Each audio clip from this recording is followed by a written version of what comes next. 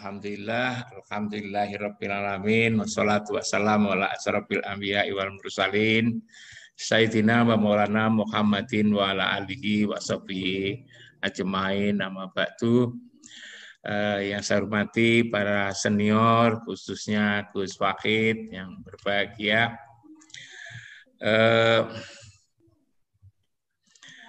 Saya senang sekali pada malam hari ini bicara tentang inti daripada yang inti kehidupan ini, ialah tentang ruh. Saya katakan bahwa inti manusia ini adalah di ruhnya ini sebenarnya itu. Di dalam Al-Quran itu ada surat Al-Hujurat, itu ayat 13. Itu menunjukkan tentang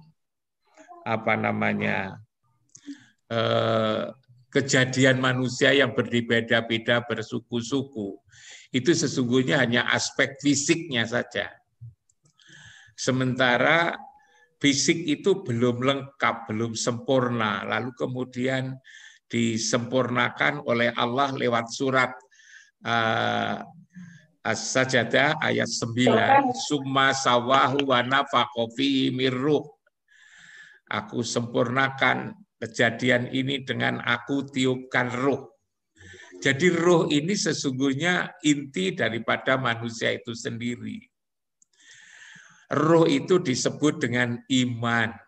Ruh itu juga disebut dengan cahaya, dengan nur.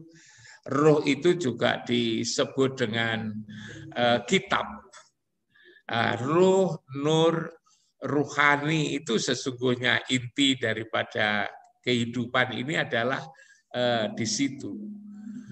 Nah, yang menjadi kekuatan manusia itu adalah ruhani ini.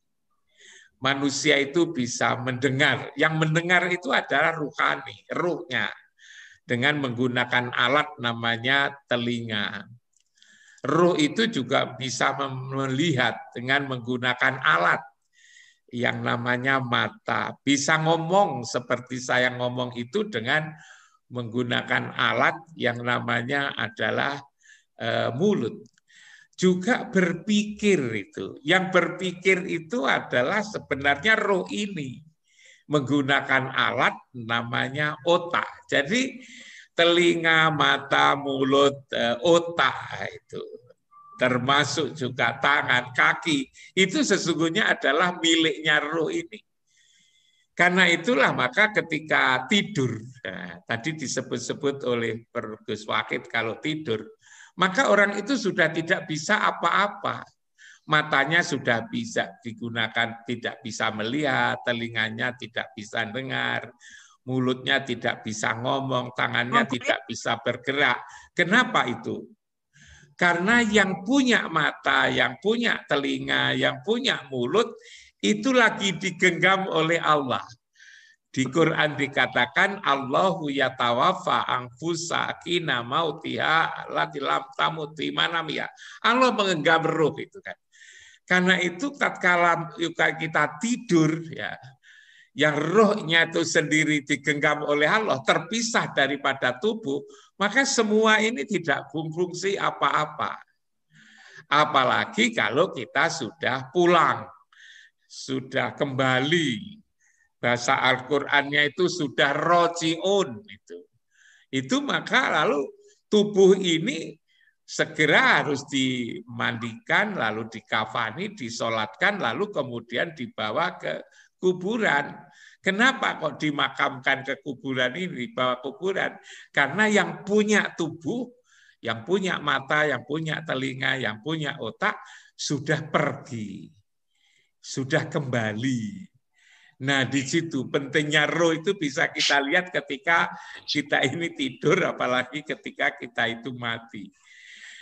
Hanya lalu kemudian roh ini tidak banyak dipikirkan oleh kita semuanya ini, roh ini. Roh ini lalu kemudian tidak terpedulikan. kita mempedulikan yang lain-lain. Padahal yang lain-lain itu adalah digerakkan oleh roh ini. Karena itu pembicaraan tentang spiritual ini menjadi sangat penting sekali karena kita membicarakan tentang inti daripada inti manusia ini. Bahkan nanti kalau di akhirat itu yang akan dilihat itu bukan pakaiannya, bukan tubuhnya, bukan pangkatnya, dan bukan apa-apanya lainnya. Yang dilihat itu adalah yang ada di dalam hati itu. Yang itulah roh yang dimintai untuk nanti bertanggung jawab itu. Maka Allah di dalam maka Rasulullah mengatakan innallaha la yangduru ila suwarikum wa ajsamikum walakin yangduru ila kulubikum. Yang akan dilihat itu adalah hatinya itu sebenarnya itu dan juga niatnya itu yang dilihat. Yang akan nanti kembali kepada Allah yang akan mempertanggungjawabkan itu adalah yang roh ini. Roh ini sebenarnya ini. Hanya lalu kemudian bagaimana untuk membina ini kalau ahli tasawuf lalu kemudian banyak berzikir, punya amalan-amalan yang harus diucapkan sekian kali macam-macam itu sebenarnya secara sederhana bagi kita yang umum kayak gini cukup sebetulnya dengan ingat. Nah, ingat dan sholat. Qad aflaha man tazakka wa dzakara asma rabbih fasholla. Sungguh beruntung orang yang mensucikan hatinya. Yang nanti Allah itu adalah suci maka akan menerima yang suci. Nah, gimana cara menyucikan adalah ingat dan sholat. Nah, kalau orang Jawa dulu kan ingatkan itu eling. Eling, ingat itu kan eling. Kalau dibahasakan agama itu dzikir. Tapi seringkali tatkala bicara dzikir bukan lalu ingat, tetapi yang digerakkan adalah mulut. Lalu kemudian ketika mulut apalagi pakai pengeras suara lalu menjadi keras sekali, lalu kemudian menjadi mengganggu kan begitu. Padahal kalau zikir itu adalah ingat itu eling. Kalau ingat itu adalah pekerjaan hati. Kalau pekerjaan mulut kan kita bisa berkata, pekerjaan badan ini kita bisa berbuat itu, bekerja itu pakai anggota badan. Tapi kalau hati itu adalah ingat. Siapa yang diingat? Tentu yang diingat itu adalah Allah sebetulnya lewat Rasulnya itu Allah dan Rasul yang diingat itu. Tapi betapa susahnya ingat sesuatu yang tidak pernah ketemu. Kalau saya ingat Prof. Kunchoro bisa karena saya pernah ketemu. Ingat Gus Wakid saya bisa. Tapi kalau ingat sesuatu yang tidak pernah dikenali betapa susahnya. Maka lalu kemudian dulu pernah kita diskusikan ingat yang dengan Allah itu. Yang dengan Allah itu siapa? Yang dengan Allah itu ya yang namanya selalu disebut bersama nyebut nama Allah, Muhammad. Lalu Muhammad di mana? Muhammad itu ada di Madinah, jasmaninya, jasadnya. Tapi agama itu yang diurus adalah soal-soal ruhani. Lah ruhaninya di mana? Nah, di Quran mengatakan la uqsimu bihadzal balad wa anta hilum bihadzal balad wa walidi wa ma walad. Aku bersumpah dengan negeri ini kata Allah bahwa engkau ya Muhammad ada di tempat yang mulia ini. Itulah yang berkali-kali saya selalu nyebut di Baitullah itu di Baitullah itu. Nah, Baitullah ditandai Ka'bah karena itulah maka ingat Allah merasa saja berada di tempat yang mulia itu. Tatkala merasa berada di tempat yang mulia itu lalu ingat orang yang ada di tempat mulia, Masjidil Haram. Masjid adalah tempat sujud, haram adalah mulia, maka tempat sujud yang mulia. Kenapa di situ tempat sujud yang mulia? Karena di situ ada orang mulia, ialah Rasulullah itu. Jadi ingat tempat, ingat yang di tempat, ingat Allah. Itu ingat. Lalu kemudian sholat.